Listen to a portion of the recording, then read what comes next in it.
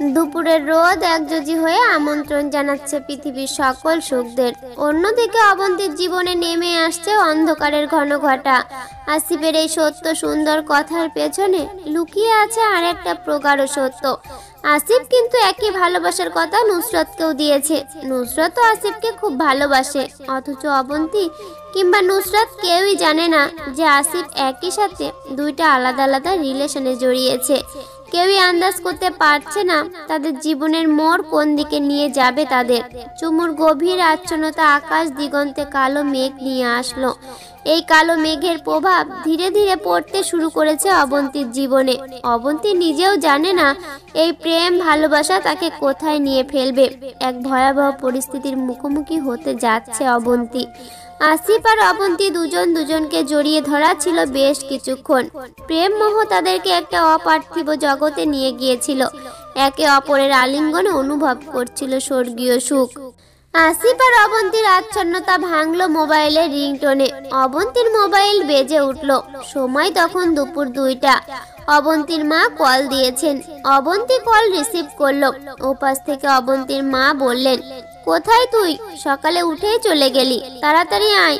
কেন এখনই চলে আসতে হবে কেন? আমি তো বলেই এসেছি যে আজকে আসতে দেরি হবে।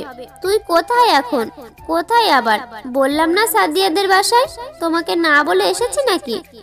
না বলে গেলে তো হবে না, তুই এক্ষুনি আয় বাসায়। অবন্তীর মা কল কেটে দিলেন। আসিফ জিজ্ঞেস করলো, বাসায় কি হয়েছে? এক্ষুনি চলে যেতে হবে? জানি না, মা এমন ভাবে কথা বলছে যেন এক্ষুনি বাসায় চলে যেতে হবে। আর তুমি তো জানোই মা অল্প কিছুতেই কেমন ওভার রিঅ্যাক্ট করে। হ্যাঁ আমি আনলাম তোমাকে, আর সারাদিন ফ্রি, আমরা বসে গল্প করব, কিন্তু না, এখনই তোমাকে চলে যেতে হবে। অবন্তী জড়িয়ে ধরলো আসিফকে, তারপর বলল, বাবুটা আজকের মতো চলে যাচ্ছি। আর বাসায় তো কিছু নেই, কি খাবে এখন? জানি না, তুমি থাকলে বানিয়ে খাওয়াতে। আর সেই মেয়ের দেওয়া পোলাও তো মাটিতে ফেলে দিলে। সরি। আচ্ছা কাজ করো, ডিম আছে বাসায়? হ্যাঁ আছে, তবে তোমাকে ভেজে দিতে হবে না, তুমি আসো আজকে, আমি ভেজে নিতে পারবো। তোমাকে তোমার মা কল দিয়েছেন, তাড়াতাড়ি বাসায় ফিরতে হবে তোমাকে। না আমি ভেজে দিয়ে তারপর যাব। এবার অবন্তীর কথায় আসিফ সায় দিল না, একটু শক্ত গলায় বলল, বললাম না লাগবে না, তুমি এখন আসো। অবন্তী উঠে দাঁড়ালো। আসিফকে বলল, আমি আসছি তাহলে। না এভাবে যাওয়া যাবে না, আমাকে একটা চুমু দিয়ে যাও। অবন্তী একটা ফ্লাইং কিস দিল আসিফকে। আসিফ অবন্তীকে দরজা পর্যন্ত এগিয়ে দিয়ে এলো। অবন্তী বেরিয়ে পড়ল। নিচতলায় আসতেই সেই নিচের তলার ইন্টারমিডিয়েট পরীক্ষার্থী আসিফ আর তার গার্লফ্রেন্ড ফাবিয়া ফ্ল্যাট থেকে বের হলো। আসিফ ও ফাবিয়াকে বিদায় দিচ্ছে। অবন্তী ফাবিয়াকে পেয়ে জিজ্ঞেস করলো, ও এখনো আছো এখানে? ফাবিয়ার মুখে কিছুটা লজ্জার ছাপ দেখা দিল। তারপর আমতা আমতা করে অবন্তীকে বলল, হ্যাঁ আপু। অবন্তী ফাবিয়াকে বলল, শোনো তুমি আমার বোনের মতো, তারপরও তোমরা দুজন যেহেতু ইন্টারমিডিয়েট পরীক্ষার্থী আর আশা করি যথেষ্ট ম্যাচিওর, তাই এমন কাজ যেন আর করো না। আর এখন এসব রিলেশন রাখো, কিন্তু ওভার কিছু করতে যেও না। আমি আশা করি যা বোঝাতে চেয়েছি তুমি তা বুঝতে পেরেছো ফাবিয়া? হ্যাঁ আপু আমি বুঝেছি, আর এরকম কোনো কিছুই হয়নি আমাদের মধ্যে। আচ্ছা তোমার মোবাইল নাম্বারটা দাও আমাকে। 01762 আপু আপনার নাম্বারটা? হ্যাঁ শিওর, 01712 এইটা আমার নাম্বার। এই নাম্বারে কল দিলেই আমাকে পাবা। আর এনি প্রবলেম বা যে কোনো দরকারে আমাকে নক করো, কেমন? অবন্তী একটা রিক্সা ডেকে উঠে বসলো। ফাবিয়াও আর একটা রিক্সা করে চলে গেল। রিক্সায় উঠতে না উঠতেই আবার কল। অবন্তী কল রিসিভ করলো। অবন্তীর মা বলে উঠলেন, কই রে, এখনো আসার খবর নেই? তোর কি মনে হচ্ছে যে আমি তোর সাথে মস্করা করছি? আসছি তো। আশ্চর্য, আমি রিক্সায় আছি।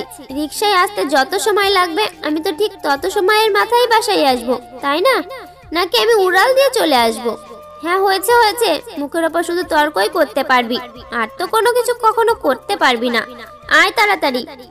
অবন্তী কল কেটে দিল। বিরক্ত লাগে এসব। হুট করে তাকে বাসায় ডাকার মানেটা কি? আজব। আজকে এমনিতেই আসিফ বাসায় একা আছে। আসিফের সাথে সারাদিন কাটানোর কথা ছিল, কিন্তু না, তাও হলো না। আসিফ বাসায় বসে আছে, কলিং বেল বাজলো। আসিফ গিয়ে দরজা খুলে দেখে নুসরাত এসেছে।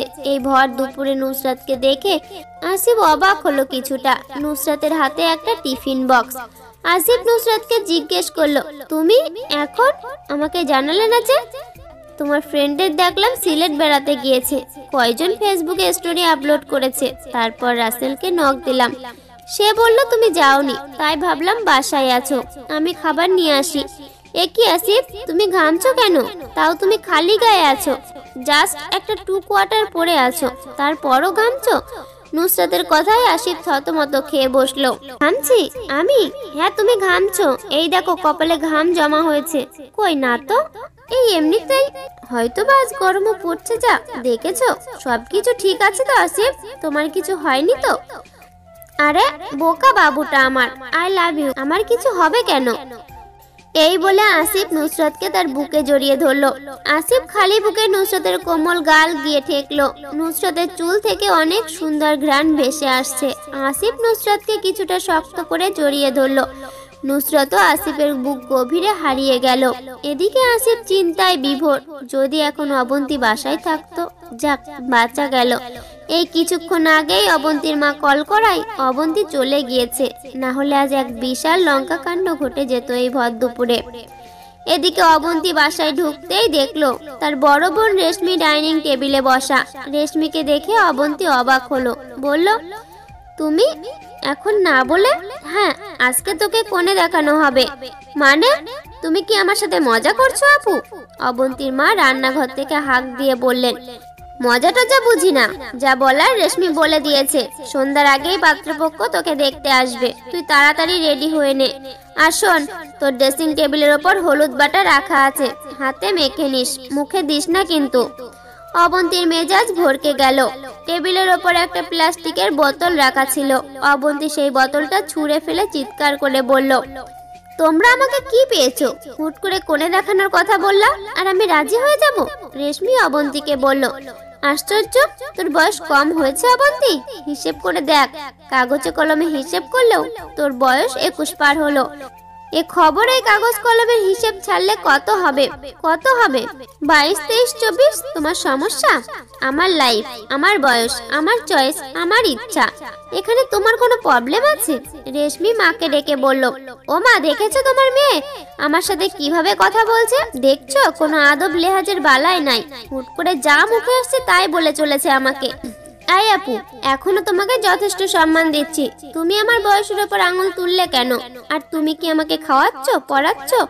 রেশমি অবন্তীর কথায় নিশ্চুপে দাঁড়িয়ে রইল।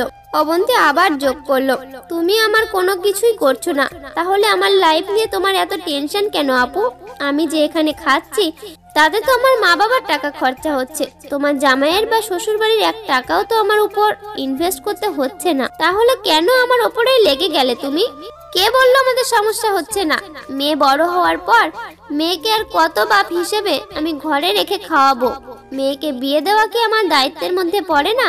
কথাগুলো ড্রয়িং রুম থেকে উঠে এসে ডাইনিং রুমে দাঁড়িয়ে থাকা অবন্তীকে বললেন অবন্তীর বাবা। অবন্তীর বাবার সাথে সাথে অবন্তীর মাও যোগ দিলেন।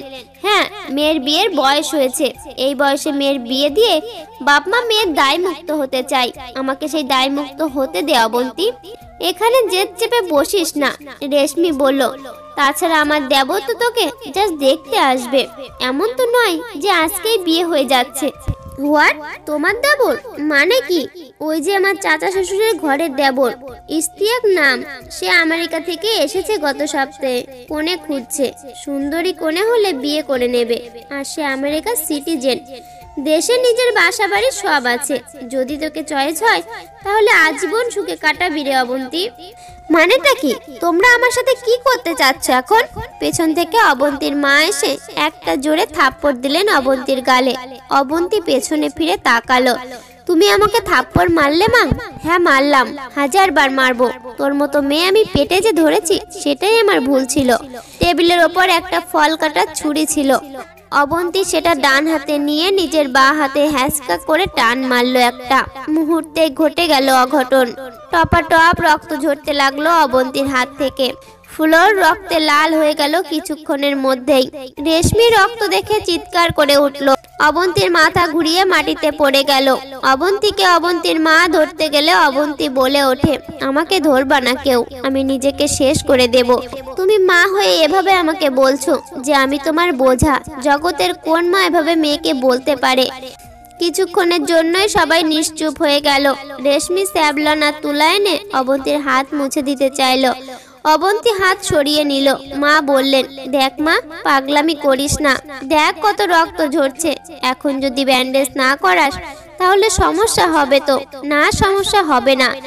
আমি যদি মরে যাই তাহলে তোমরা মুক্তি পাবে, আর আমি নিজে মরে গিয়েই তোমাদেরকে মুক্তি দেব, বলে দিলাম। কথা বলা বন্ধ করবি? রাগান্বিত কণ্ঠে বলল রেশমি। তারপর জোর করে হাত টেনে নিয়ে স্যাবলন দিয়ে প্রথমে জায়গাটা পরিষ্কার করলো। হাতের কবজিতে বেশ খানিকটা কেটে গিয়েছে, আর একটু হলে রক কেটে গিয়ে অঘটন ঘটে যেতে পারত। অবন্তীর চোখ থেকে অনবরত কান্না ঝরছে। অবন্তী বলতেও পারছে না যে সে আসিফকে ভালোবাসে, আর আসিফকে ছাড়া সে বাঁচতে পারবে না। গল্প অবন্তী, কলমে মিধাত আহমেদ। গল্পের পরবর্তী অংশ আগামীকাল শেয়ার করা হবে, এবং গল্পটি শেষ পর্যন্ত দেখার জন্য অসংখ্য ধন্যবাদ। গল্পটি যদি আপনাদের ভালো লেগে থাকে তাহলে আপনাদের মতামত কমেন্ট বক্সে জানিয়ে যাবেন। ধন্যবাদ।